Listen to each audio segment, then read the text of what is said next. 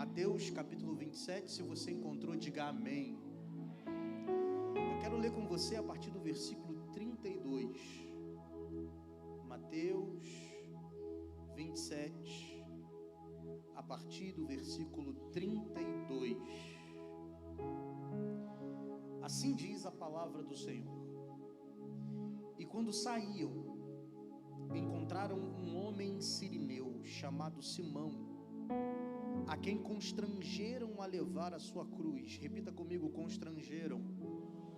Agora, como alguém que está vivo, diga: constrangeram. Versículo 33. E chegando ao lugar chamado Gólgota, que se diz o lugar da caveira, deram-lhe a beber vinho misturado com fel. Mas ele, provando-o, não quis beber.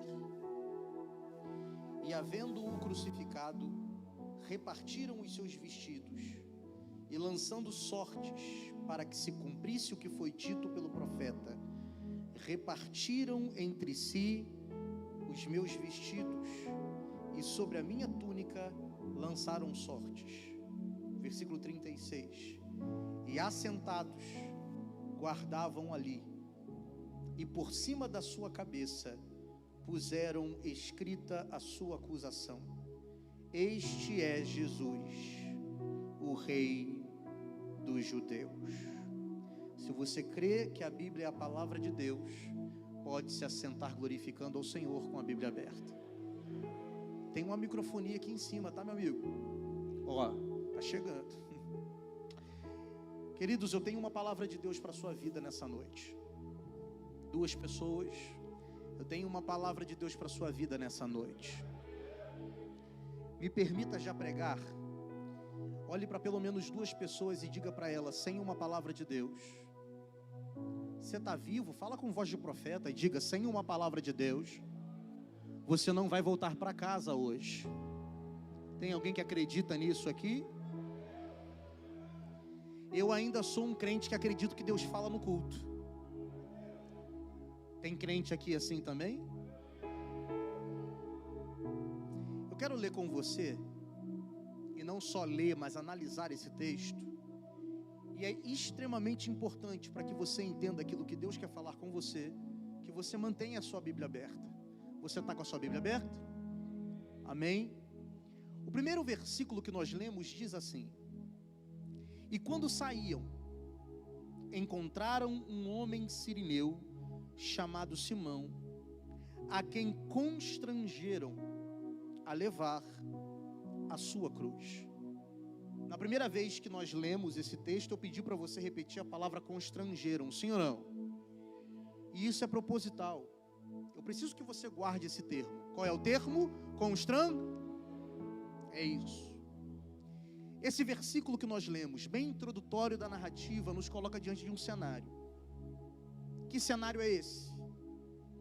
Existe alguém se manifestando nesse cenário. Esse alguém tem nome, e o nome é Jesus. Esse alguém chamado Jesus aparece nesse versículo sofrendo flagelo. Ele acabara de haver sido açoitado. A dor é evidente. Quem olha consegue notar o sofrimento. Eu preciso que você guarde esta informação. O sofrimento é visível.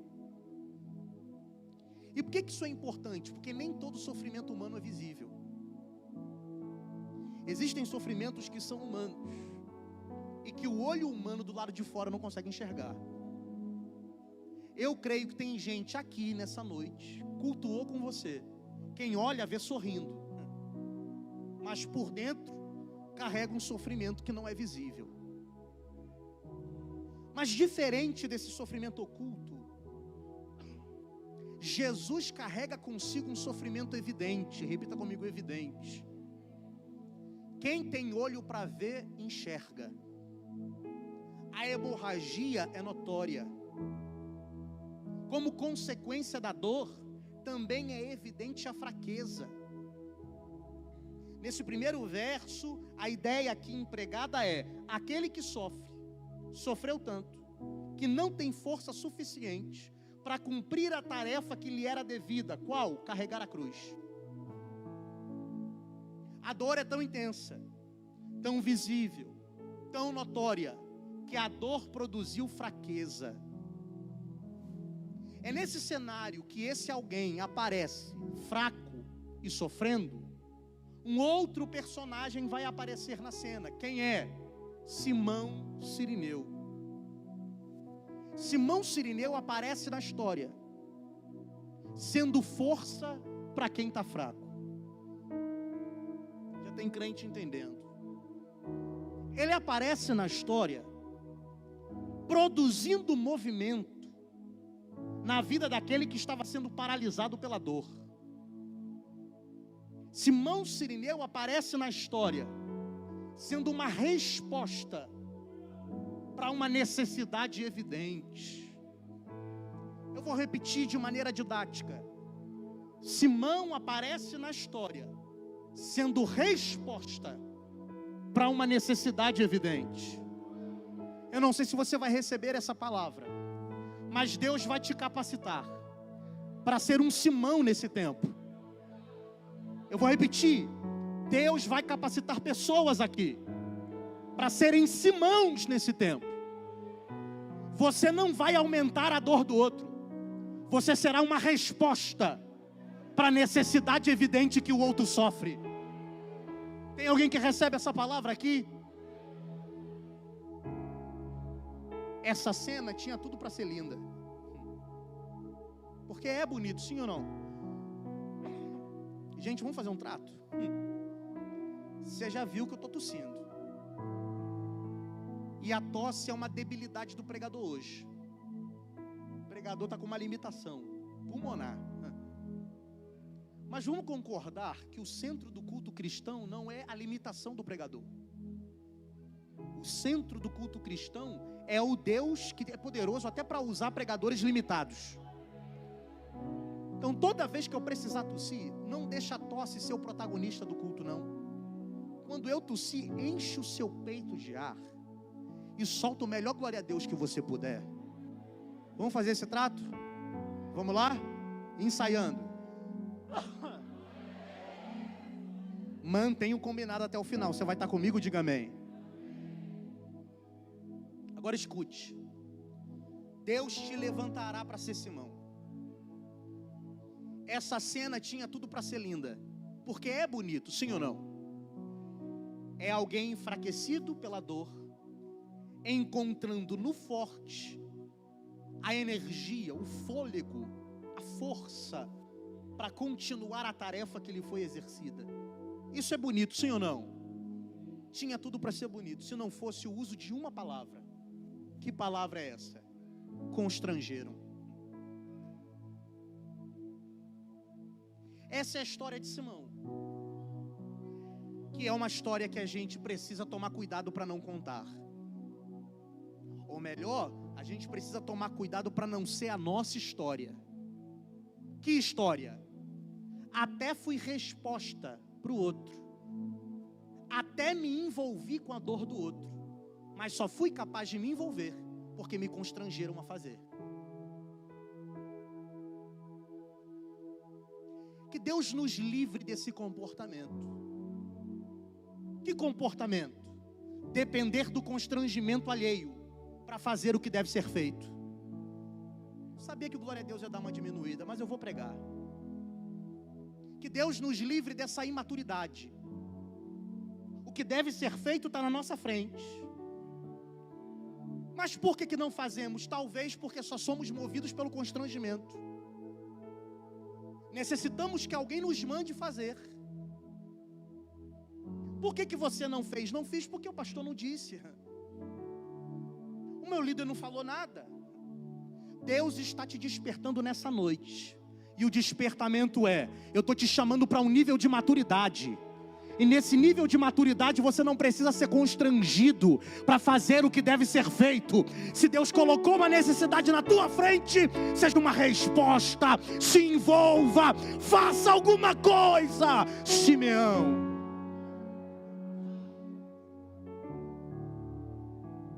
Mas a gente precisa abandonar essa necessidade do constrangimento para a gente se envolver com aquilo que a gente sabe que tem que se envolver. Mas Deus está nos convocando para essa maturidade, e eu quero ser uma resposta nesse tempo. Então entenda, versículo de número 32. Vai comigo. Versículo 32. É um relato de ajuda. Repita comigo, relato de ajuda.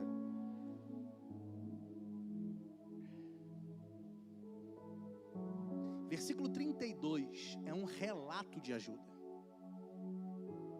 Há uma ajuda sendo exercida, apesar do constrangimento, e o evangelista está relatando. Agora observe o que diz o versículo 33, é o versículo posterior. E chegando, repita comigo, chegando. Tá difícil hoje, mas eu vou até o final. E chegando, diga comigo, e chegando.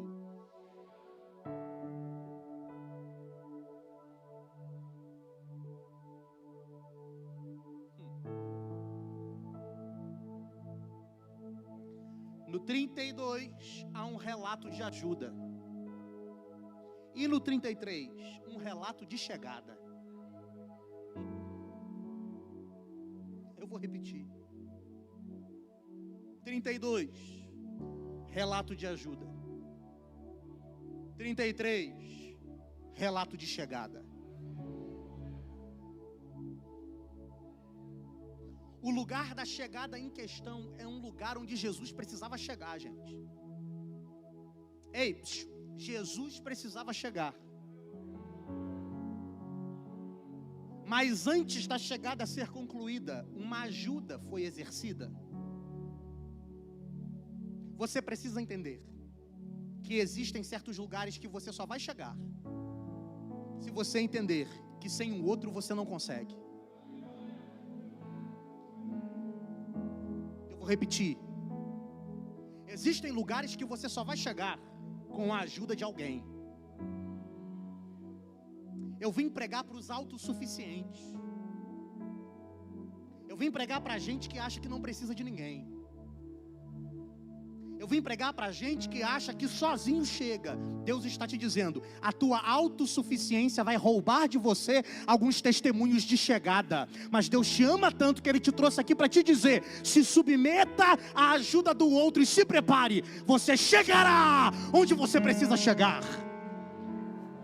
Tem alguém que crê nisso aqui ou eu estou sozinho? Seja profeta na vida de alguém. Escolha uma pessoa para dizer isso. Diga, você vai chegar. Não, desse jeito você não convence ninguém. Diga, você vai chegar. Mais forte, você vai chegar. Agora diga, olhando no olho dele, diga aí, se precisar da minha ajuda, conte comigo. Porque deixar de chegar você não vai. Você pode agradecer a Deus por isso?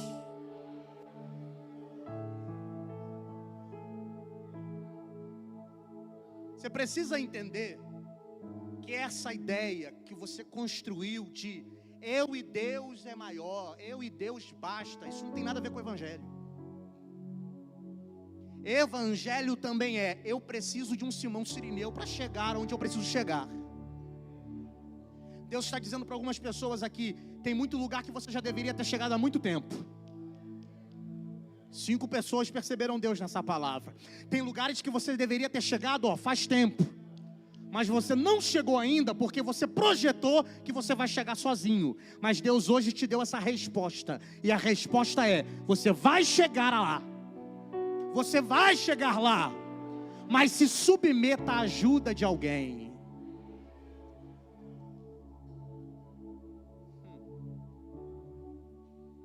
Qual é o lugar da chegada? O texto diz, versículo 33, e chegando ao lugar chamado Gólgota. Entenda uma coisa aqui eu quero falar algumas coisas sobre o Gólgota. Primeiro, o Gólgota é um território de dor para Jesus. O Gólgota é um lugar de sofrimento para Jesus. Porém, o Gólgota abriga duas realidades. Me pergunte quais? Mais forte, quais? Primeira realidade, é um lugar de sofrimento. Segunda realidade, é um lugar onde um propósito se cumpre. Eu vou repetir. Esse é o lugar de quem carrega a sua cruz. Você precisa entender que quem carrega a sua cruz pisará nos Gólgotas. Você chegará no seu Gólgota. Eu estou pregando para gente aqui, inclusive, que está vivendo o seu Gólgota. E o que é Gólgota? É o lugar em que eu sofro. É um lugar que me produz sofrimento, mas também é um lugar onde propósitos se cumprem. Porque é verdade que no Gólgota há sofrimento, mas você precisa entender o que está escrito em Apocalipse capítulo 13. O Cordeiro foi morto antes da fundação do mundo. Miqueias, não entendi, vai entender. A dor é passageira, mas o propósito é eterno. Estou pregando para você que está vivendo um território de dor.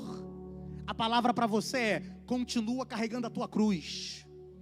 Porque territórios de dor, quando conhecem gente carregando cruz, se tornam ambientes onde propósitos são cumpridos. Não sei se você está entendendo, mas vou deixar mais claro. Para cada sofrimento haverá um propósito. Para cada lágrima haverá um propósito. Para cada dor haverá um propósito. Para cada diagnóstico haverá um propósito. Haverá um propósito. Para cada noite não dormida haverá um propósito. Eu estou te dizendo uma mensagem cristã, e a mensagem é: sofrimento para o crente tem propósito.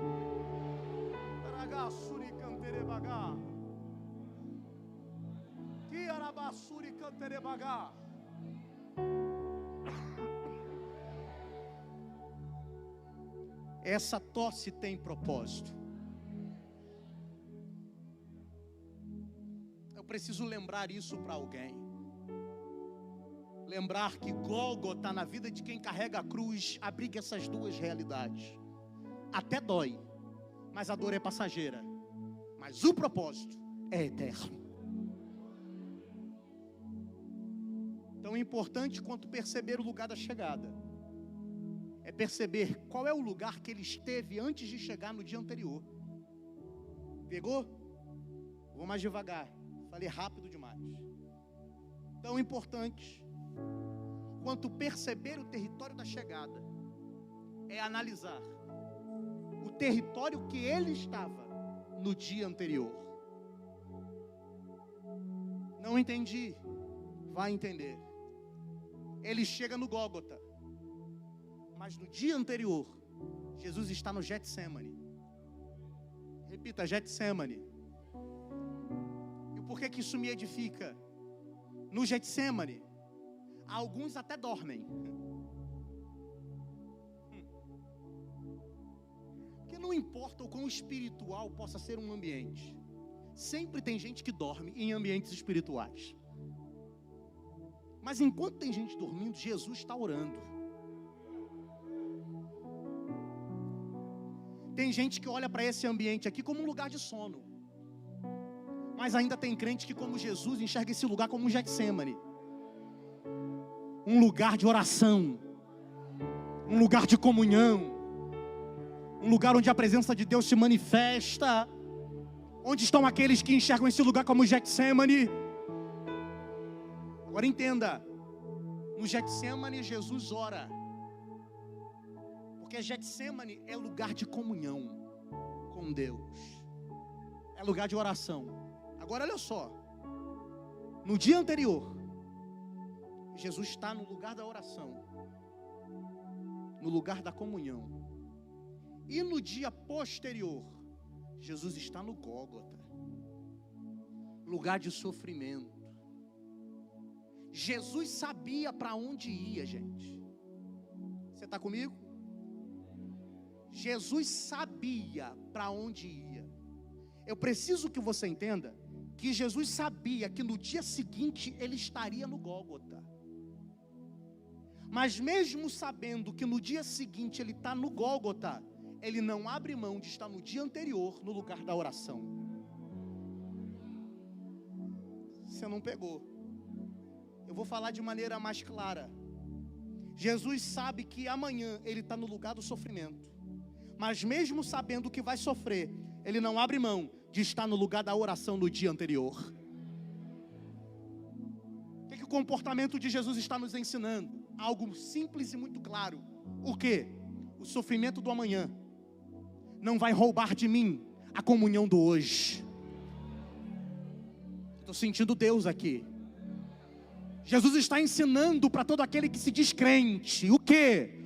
O teu sofrimento amanhã não pode roubar a tua comunhão do hoje, não pode roubar a tua oração do hoje, porque sofrimento não rouba comunhão de quem é crente.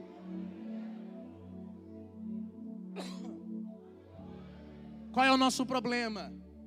Nosso problema é que a gente só vê valor no território da oração se o território do amanhã for Canaã. Eu vou falar. Nosso problema é que a gente só valoriza o Getsemane porque a gente enxerga que Getsemane é porta para Canaã, terra que emana leite e mel. Então, para nós, culto que vale a pena é culto que me leva para Canaã. Para nós, oração forte é oração que me leva para Canaã. Mas Jesus, sabendo que o território que o espera não é Canaã, é Gólgota, ainda assim está no culto do Getsemane. Você podia ter dado um glória maior que esse. E por quê? Porque Jesus adquiriu, como homem, uma mentalidade que a gente precisa adquirir também. Qual mentalidade é essa? Quando o Getsemane não me fizer acessar Canaã, Getsemane vai me fortalecer para enfrentar o Gólgota.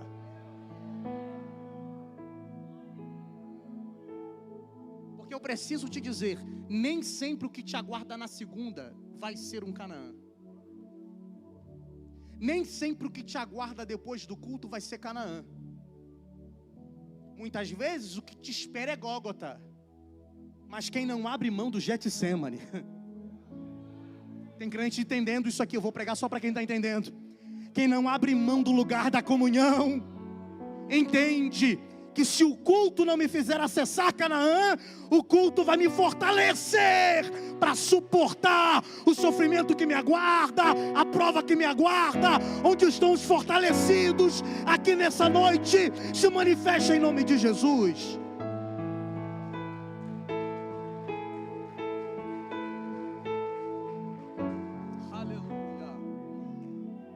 Glória a Deus, glória a Deus. Muitos considerariam o Gólgota insuportável, sim ou não? Você está com medo de responder, sim ou não? No Gólgota existe dor, humilhação, vexação. Muita gente encararia o território chamado Gólgota de insuportável. Mas Jesus suportou o insuportável, porque não abriu mão de estar no Getsemane um dia anterior. Suspeite de todo crente que diz que a sua prova é insuportável. Pergunte para ele, onde você estava no dia anterior? Você entendeu ou não?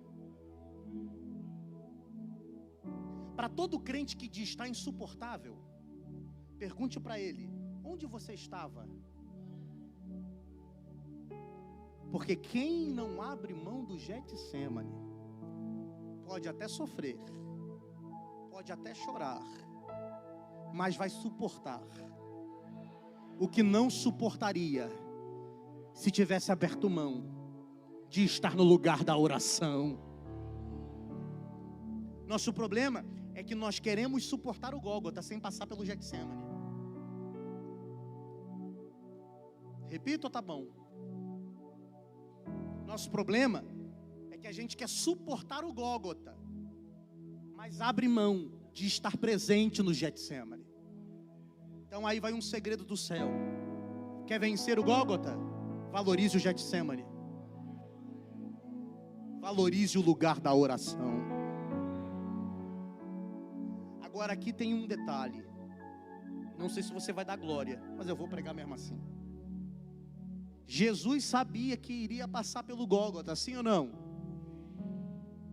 Ele sabia que ia sofrer, sim ou não? Mas olha só, Jesus tinha clareza que tinha propósito, sim ou não? Mas mesmo sabendo que tinha propósito, Jesus está chorando no Getsêmani. Ei, isso aqui é uma sabedoria de Deus para você. O fato de você saber que tem propósito não tira de você o direito de chorar. A gente tem uma mania muito feia de consolar quem está passando pelo Getsêmani. E que mania é essa? Não chora não, tem propósito. E quem disse que a consciência de propósito tira de mim o direito de chorar? Se até Jesus, que sabia do seu propósito, chorou no Getsêmani. Então aí vai uma palavra de consolo para a sua vida. Chore, pode chorar. Não é pecado chorar não, meu irmão. Está doendo, chore. A dor está intensa, não está? Pode chorar. Você está com medo do que te aguarda? Pode ser um Gólgota, pode ser. Chore. Porque a consciência de propósito não rouba de você esse direito. Pode chorar. Essa nossa mania de querer ser forte demais, essa espiritualidade não é a de Jesus. Entenda uma coisa: espiritualidade que diz que você não pode chorar não é espiritualidade de Jesus, porque Jesus chorou. É uma espiritualidade que tem adoecido muito crente, que acha que mostra santidade porque é forte demais. O santo chora quando a dor chega. O santo chora quando um amigo morre. O santo sabe chorar. Então, se você está vivendo esse momento de solidão, de sofrimento, de dor, pode chorar, meu filho. Você se parece com Jesus.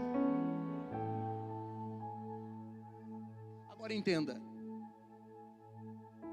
Jesus chega no Gólgota. É um lugar de chegada. E o que o espera em Gólgota? Versículo de número 34. Deram-lhe de beber vinho misturado com fel, mas ele, provando-o, não quis beber. Me ajude a pregar mais uma vez. Só quem é bonito olha para a pessoa que está do seu lado e diga: provou. Agora eu estou vendo todo mundo olhando. Quando eu só pedi, ficava um estranho. Agora quando eu falei só quem é bonito, todo mundo olhou.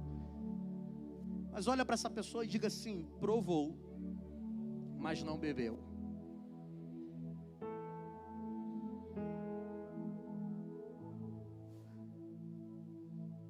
Você precisa entender essa diferença verbal. Ele provou, mas não bebeu. Nesse lugar de dor chamado Gólgota, a primeira agência de sofrimento sobre Jesus é oferecer vinho misturado com fel. Fel é amargo. A ideia é: deram uma substância amarga para Jesus. E o que é que Jesus fez? Provou, mas não bebeu. Me permita ser alegórico e fazer uma aplicação prática aqui. Você precisa entender que não dá para evitar que alguns amargos cheguem na sua boca. Não dá para evitar. Todo mundo provará do amargo um dia. Isso é inevitável. Você precisa entender que quando você chegar no Gólgota da sua vida, provar o amargo será inevitável. Mas o que é que eu aprendo com Jesus? É inevitável provar, mas eu posso impedir que o amargo assuma espaço do lado de dentro. Provar é experimentar na boca. Beber é trazer para dentro. O que Jesus está dizendo é: eu provo do amargo, mas não me torno amargo. Eu provo do amargo, mas eu não permito que o amargo faça parte de mim. Eu provo do amargo, mas eu não permito que o amargo ocupe um espaço no meu interior. Eu tenho uma palavra de Deus para a vida de alguém. Você se tornou amargo, não porque alguém te deu o amargo para provar, mas porque você escolheu beber. Porque você não pode evitar de provar, mas você pode evitar que isso faça parte de você, do lado de dentro. Você é responsável por estar carregando essa amargura. Você é responsável por permitir que essa amargura ocupe espaço dentro de você. Mas Deus está nos capacitando nessa noite.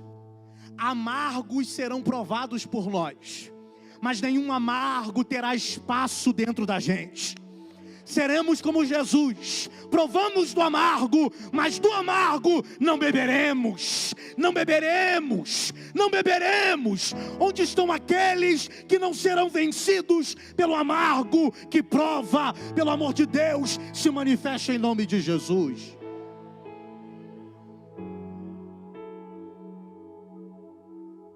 Você está sentindo Deus falando aqui? Jesus comunica algo com essa postura: eu provo do amargo, mas o amargo não me habita. Eu vou repetir isso aqui porque estou sentindo autoridade para pregar. Eu provo do amargo, mas o amargo não me habita.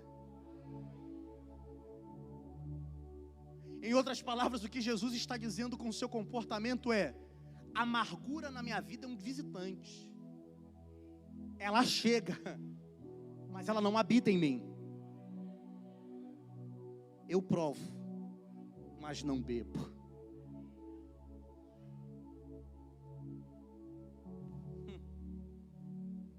Versículo de número 35. E havendo-o crucificado. Repita comigo: cruz. Mais alto: cruz. Entenda uma coisa, na primeira epístola do apóstolo Paulo aos Coríntios, capítulo de número 1, versículo 23, o apóstolo Paulo diz assim: nós pregamos a Cristo crucificado, que é escândalo para os judeus e loucura para os gentios. Eu preciso que você guarde essas duas palavras: escândalo. Repita comigo: escândalo. Repita comigo agora: loucura. A cruz, e melhor, a pregação da cruz é por Paulo definida dessa forma: como? A pregação da cruz é escândalo e loucura. Você quer entender o porquê? Diga amém. A gente gosta de cantar, né? Sim, eu amo a mensagem da cruz. Sim ou não? Mas o que é essa mensagem da cruz? Paulo está dizendo: é escândalo e é loucura. E por quê? Ponto 1: escândalo para os gentios, ou melhor, escândalo para os judeus. Você precisa entender que os judeus esperavam uma compreensão de Messias se suceder. Os judeus esperavam um Messias político. Até então a nação de Israel estava sendo dominada pelo Império Romano. E o que eles esperavam era um Messias que viesse e redimisse politicamente Israel. Logo, o Messias que iria ser glorificado pelos judeus era um Messias forte, era um Messias poderoso, era um Messias que reina. Mas você conhece o Evangelho e sabe que o Messias que veio, não veio forte, não veio reinando politicamente. O Messias que veio é esse Messias que foi crucificado como ladrão, Isso para o judeu é escândalo. E por quê? Porque o Jesus que veio não era o Jesus que eles queriam. Mas essa é a mensagem da cruz. Qual é? Evangelho não é sobre o que você quer. Evangelho é sobre o que você precisa. O Messias que veio não era o Messias que eles queriam, mas era o Messias que eles precisavam. Você precisa entender, se você quiser viver do Evangelho, é que Evangelho não vai se submeter ao que você quer. Pode faltar o que você quer, mas nunca vai te faltar aquilo que você precisa. Talvez neste culto não tenha o que você quer, mas neste culto não te faltará aquilo que você precisa. Nossas crises é não entender o que o Evangelho nos proporciona. Porque a gente foi convencido de que Deus vai se curvar ao que a gente quer. Mas o cuidado de Deus não se revela te dando o que você quer.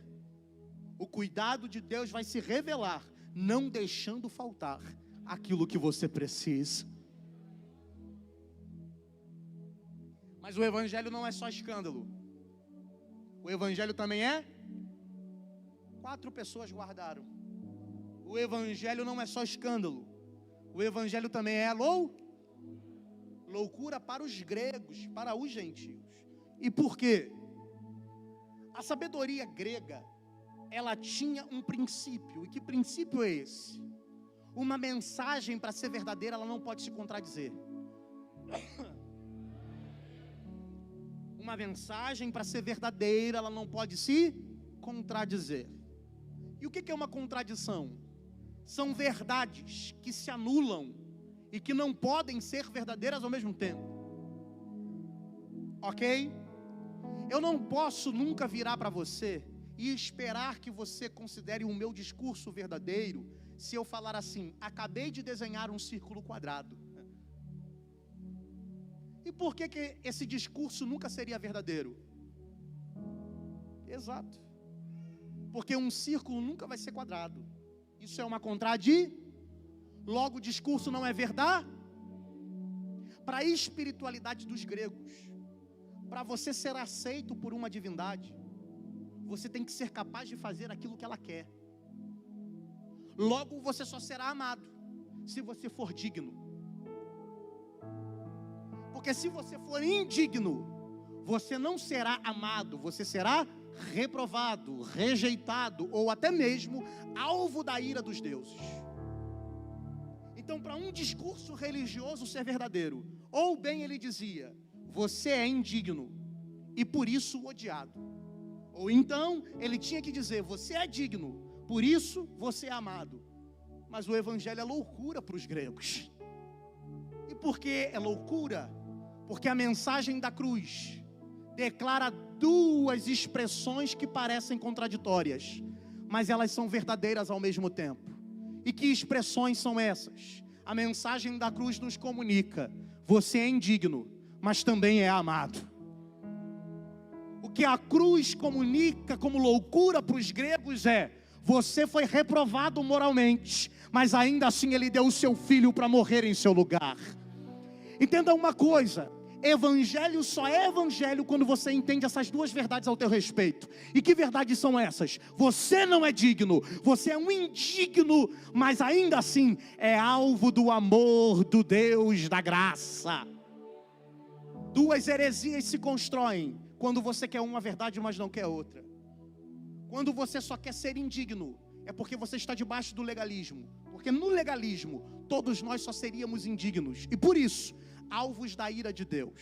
Se você só quer ficar com a verdade de que é amado, mas que não é indigno, você cai na heresia da hipergraça, onde você se vê como queridinho de Deus, como centro do coração de Deus. Mas Evangelho é diferente. O Evangelho tem essas 2 verdades que parecem contraditórias, mas são verdadeiras ao nosso respeito. E que verdades são essas? Eu sou indigno, eu não valho nada, eu sou pobre, eu sou necessitado, mas quando eu olho para a cruz, eu reconheço que apesar de indigno, eu fui amado por Deus. Onde estão os indignos que são amados aqui nessa noite? Onde está o barulho daqueles que são amados apesar de serem indignos? Cadê o teu barulho de gratidão por ter sido amado? Cadê?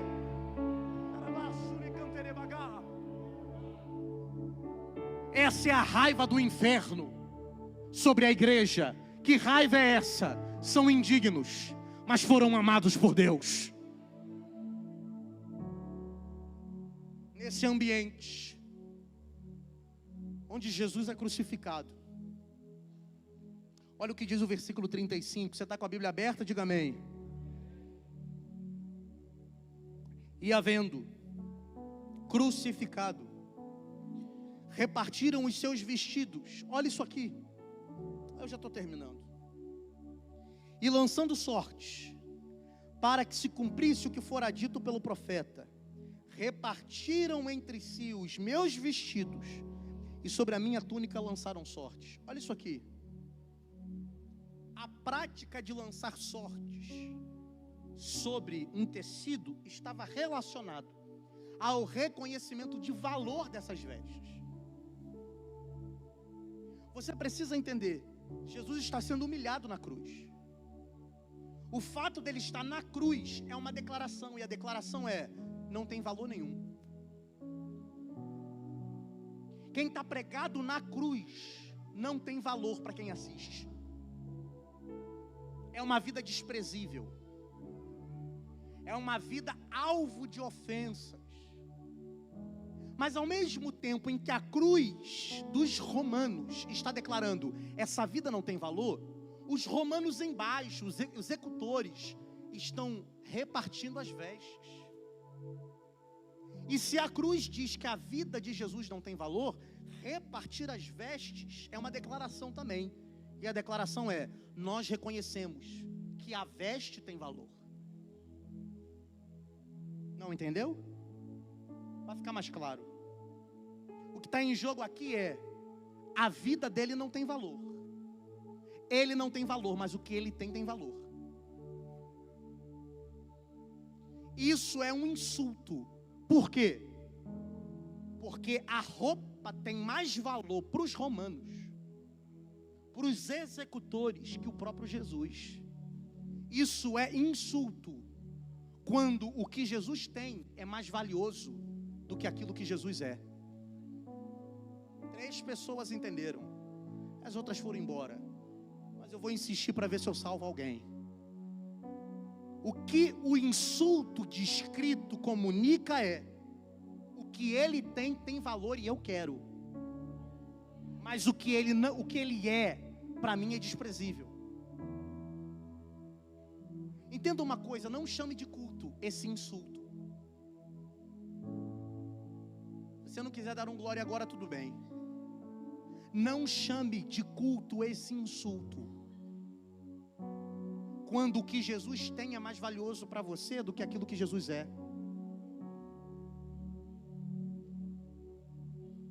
Tem muita gente fazendo culto, achando que está fazendo culto, mas na verdade está insultando. E quando é que insultamos ao invés de cultuamos? É quando nós somos capazes de dar valor ao que Jesus tem, mas não somos capazes de dar valor ao que Jesus é. Mas eu estou pregando para uma igreja que não insulta.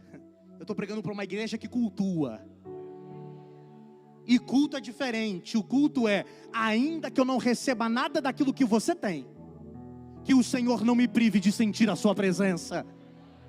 Porque mais valioso do que aquilo que Ele tem é aquilo que Ele é. Quantos aqui amam aquilo que Ele é? Melhor do que o pão que Ele dá é o pão que Ele é. Melhor do que a água que Ele dá é a água que Ele é. Melhor do que a porta que Ele abre é a porta que Ele é. Melhor do que os caminhos que Ele estabelece é o caminho que Ele é. Onde estão aqueles que valorizam Ele?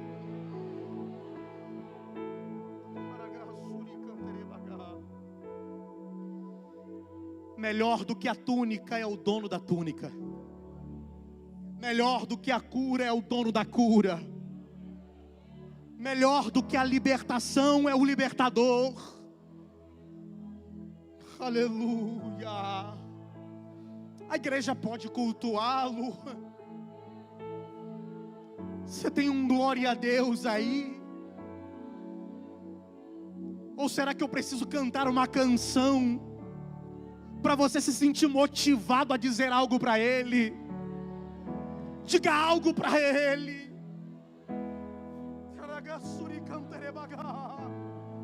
Tu és melhor do que tuas túnicas, Senhor. Tu és melhor que as tuas bênçãos, Senhor. Nos perdoe por todas as vezes que te insultamos, porque queremos mais as tuas túnicas do que a tua presença. Mas hoje, Deus, queremos a tua presença, desejamos a tua presença.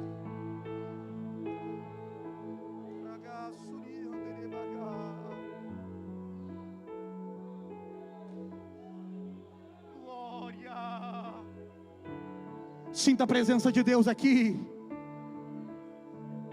Receba da presença dEle. Glória.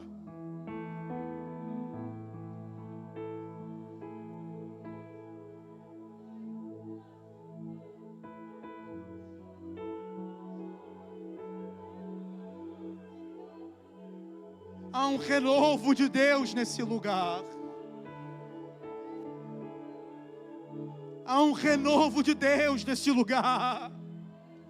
Eu estou pregando para gente que veio atrás da túnica e está levando a presença. Veio atrás da túnica, né, meu filho? Receba a presença. A presença é melhor do que a túnica. A presença é melhor do que os bens. A presença é melhor que as posses. Receba a presença de Deus.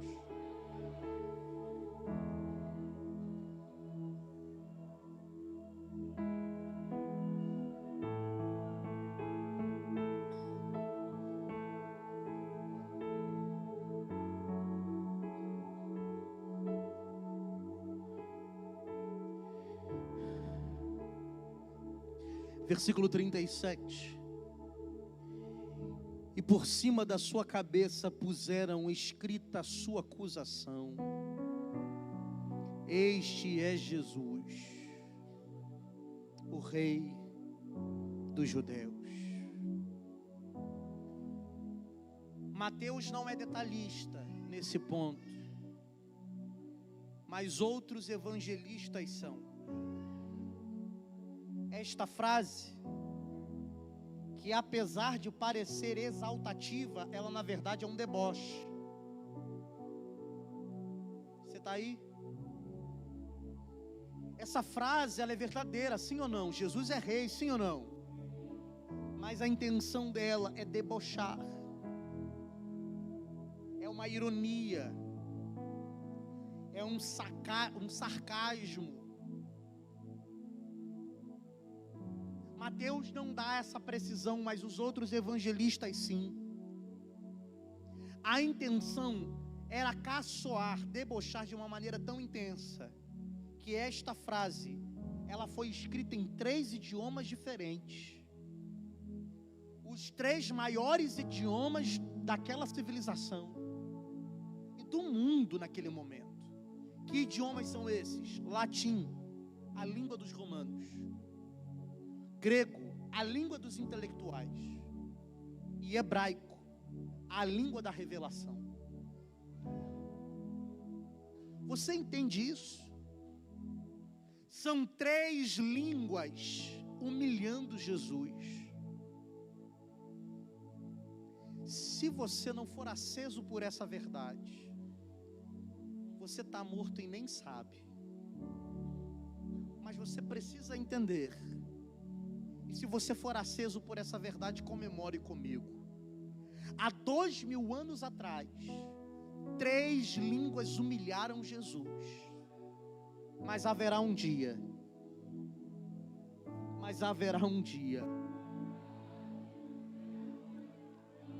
3 línguas o humilharam há 2000 anos atrás. Mas chegará um dia que se cumprirá o que fora profetizado pelo apóstolo Paulo em Filipenses capítulo 2, versículo 9.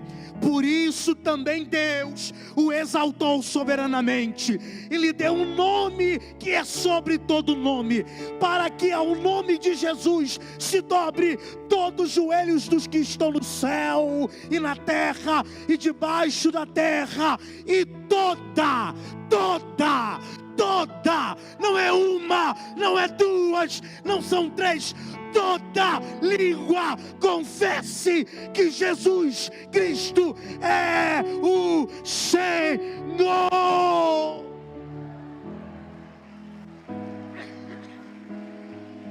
Quem tem língua exalte, quem tem língua adore. Fique de pé, fique de pé. Adora de pé, adora de pé.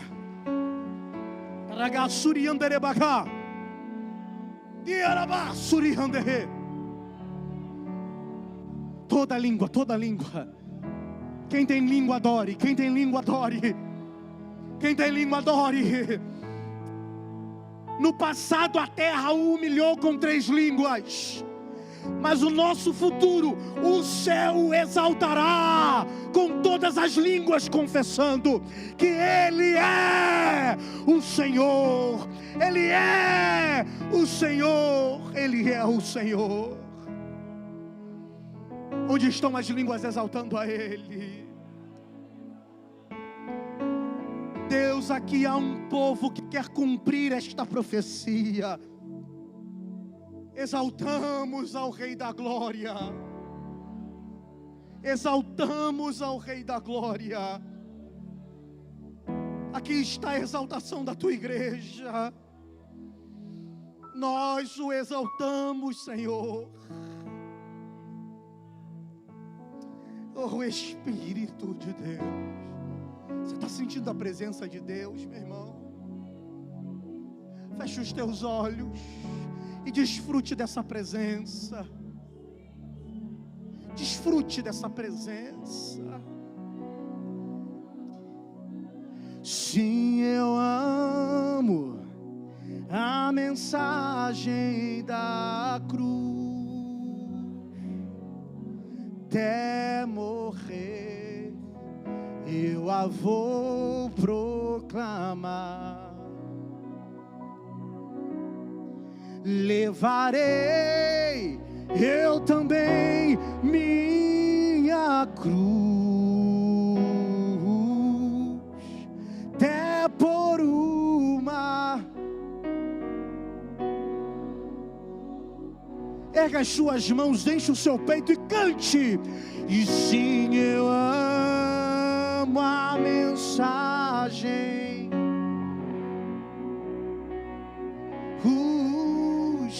até morrer.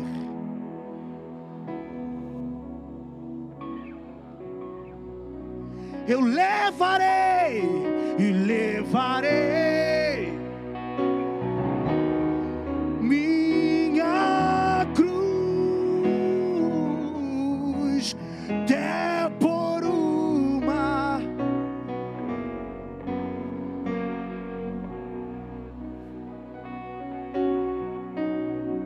E eu sou livre, e eu